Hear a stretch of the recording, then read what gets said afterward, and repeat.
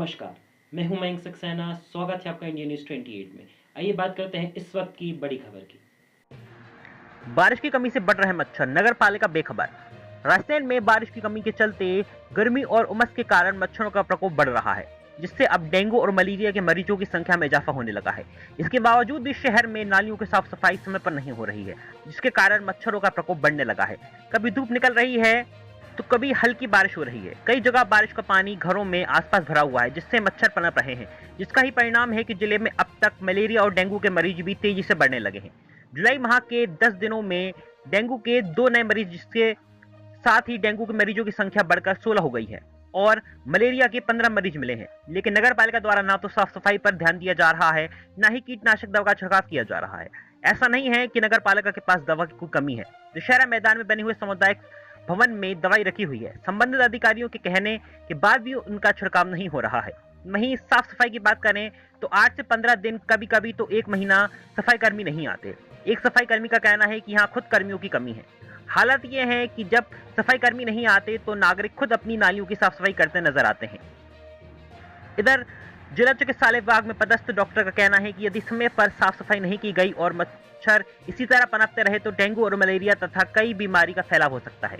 India news 28 के लिए bureau chief Rakesh Jain की रिपोर्ट। रायसेन में बरसात हो नहीं रही है, इसकी वजह से गर्मी और उमस की वजह से मच्छर पैदा हो रहे हैं। वहीं लोगों का आरोप है कि नगर पालिका द्वारा समय पर नालियों की साफ सफाई नहीं की जा रही है, उसकी वजह से मच्छरों का प्रकोप बढ़ता जा रहा है और बीमारियां अपना घर कर रही हैं। डेंगू और मलेरिया के मरीज लगातार निकल रहे हैं। ऐसा नहीं है कि नगर पालिका के पास मच्छर मारने की दवाई ना हो, लेकिन इसके बाद भी नगर पालिका उसका छिड़काव नहीं कर रही है। हमने चिकित्सक से बात की तो उनका कहना था है कि ये बीमारियां काफ़ी घातक हो सकती हैं, अतः नगर पालिका को उन दवाओं का छिड़काव करना चाहिए। अब देखना यह है कि नगर पालिका कब तक जागृत होती है और उन दवाओं का छिड़काव कब तक करती है। मैं राकेश जैन, रायसेन। कितने दिन में आते हो सफाई करने आप? जब दरोगा जी लगा देते हैं ऐसा। कितने दिन में लगाते हैं ड्यूटी? 2-4-8 दिन में लगाते रहते हैं। यहाँ तो 15 दिन से सफाई नहीं हुई। कभी यहाँ, कभी इस वार्ड में, कभी उस वार्ड में। ऐसा क्यों? लेबर की कमी की वजह से। जनता तो परेशान हो रही है ना मेरे भाई। जनता परेशान है। अब इतनी गंदगी फैलने से डेंगू नहीं होगा क्या? 1.5 महीना हो गया। बीमारी क्या परेशानी होती है? 1.5 महीने से सफाई नहीं हुई। कहाँ पे? अर्जुन नगर, यशवंत नगर, मंदिर के आमने सामने। क्या क्या परेशानी हो रही है उससे आपको? नालियाँ साफ ही नहीं हो रही। नालियों में कचरा, रोड पर कचरा। 1-2 लोग सफाई करते हैं, बाकी का कोई नहीं करता। क्या कहना चाहते हैं? अब हमारी ये बस्ती है, ख़ासतौर से पुरानी बस्ती में अब बारिश की वजह से हल्का हल्का पानी का जमाव जो भराव रहता है, नालियाँ भी कम साफ हो रही हैं, जिसकी वजह से मच्छरों का काफ़ी प्रकोप है और रात में ख़ासतौर से लोगों को बड़ी दिक्कत का सामना करना पड़ रहा है, क्योंकि मच्छरों की दवा नगर पालिका को डालना चाहिए। और ज्ञात भी हुआ है कि नगर पालिका में पर्याप्त मच्छरों की दवा मौजूद है, उसके बाद में भी उसका यूज़ नहीं हो रहा है, तो ये ठीक नहीं है। इसलिए मेरी गुजारिश है कि आपके चैनल से कि साफ़ सफाई का ख्याल रखा जाए बस्ती में और मच्छरों की दवा छोड़ी जाए, ताकि लोगों को आसानी से सहूलियत से गुजारा कर सकें। क्या नाम है सर आपका? ज़हीरुद्दीन सरकारी से। कहना चाह रहे हैं?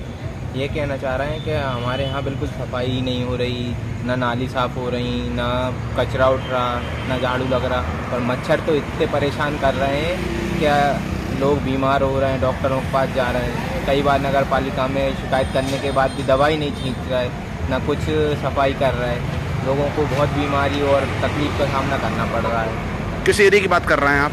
ये अपने यशवंत नगर। क्या नाम है आपका? अभिषेक धाकर।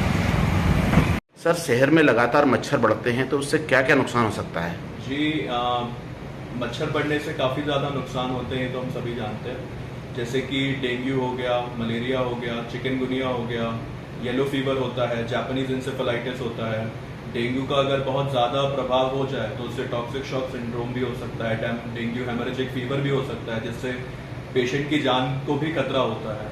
तो इससे बचाव करना बहुत ज़्यादा इम्पोर्टेंट होता है। और इन सब से बचने के लिए मैं एडवाइस कर सकता हूँ कि आप इंसेक्टिसाइड्स का यूज़ करें, जैसे कि जो मार्केट में अवेलेबल होते हैं, मॉस्किटो रिपेलेंट्स अवेलेबल रहते हैं, मच्छरदानी अवेलेबल रहती हैं। जो थोड़े गरीब हैं या कुछ नहीं कर पाते हैं, उस चीज़ पर इन्वेस्ट नहीं कर सकते, वो थोड़ा लॉन्ग स्लीव्स पहने, फुल कपड़े पहने, पानी का इकट्ठा होना बंद ना करवाएं। टायर वायर का में जैसे पानी इकट्ठा हो जाता है या फिर कोई किसी नदी का पानी यूज़ कर रहे हैं और अगर वो गंदा है तो ऐसे पानी का यूज़ ना करें। अपने बच्चे को सही बॉईल करके पानी पिलाएं, तो ऐसे में अपन उस चीज़ को रोक सकते हैं। नगर पालिका द्वारा जो दवाई का छिड़काव किया जाता है वो क्या इसके लिए कारगर होगा? जी हाँ, बिल्कुल कारगर तो होता है, पर अगर उस चीज़ का सही तरीके से यूज़ किया जाए और सही टाइम पे उसको करा जाए तो बिल्कुल कारगर है। तो किस तरह का टाइम और कैसा आप बताएंगे थोड़ा सा?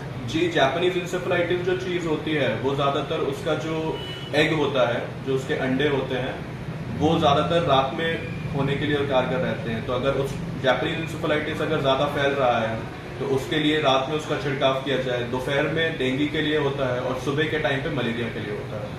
मतलब उसका छिड़काव होना जरूरी है शहर में? उस चीज़ का छिड़काव होना बहुत ज़रूरी है। कम्युनिटी में अगर इस चीज़ को रोकना है तो उस चीज़ का छिड़काव होना बहुत ज़रूरी होता है केमिकल्स का। क्या नाम है सर आपका? मेरा डॉक्टर आकाश चतुर्वेदी।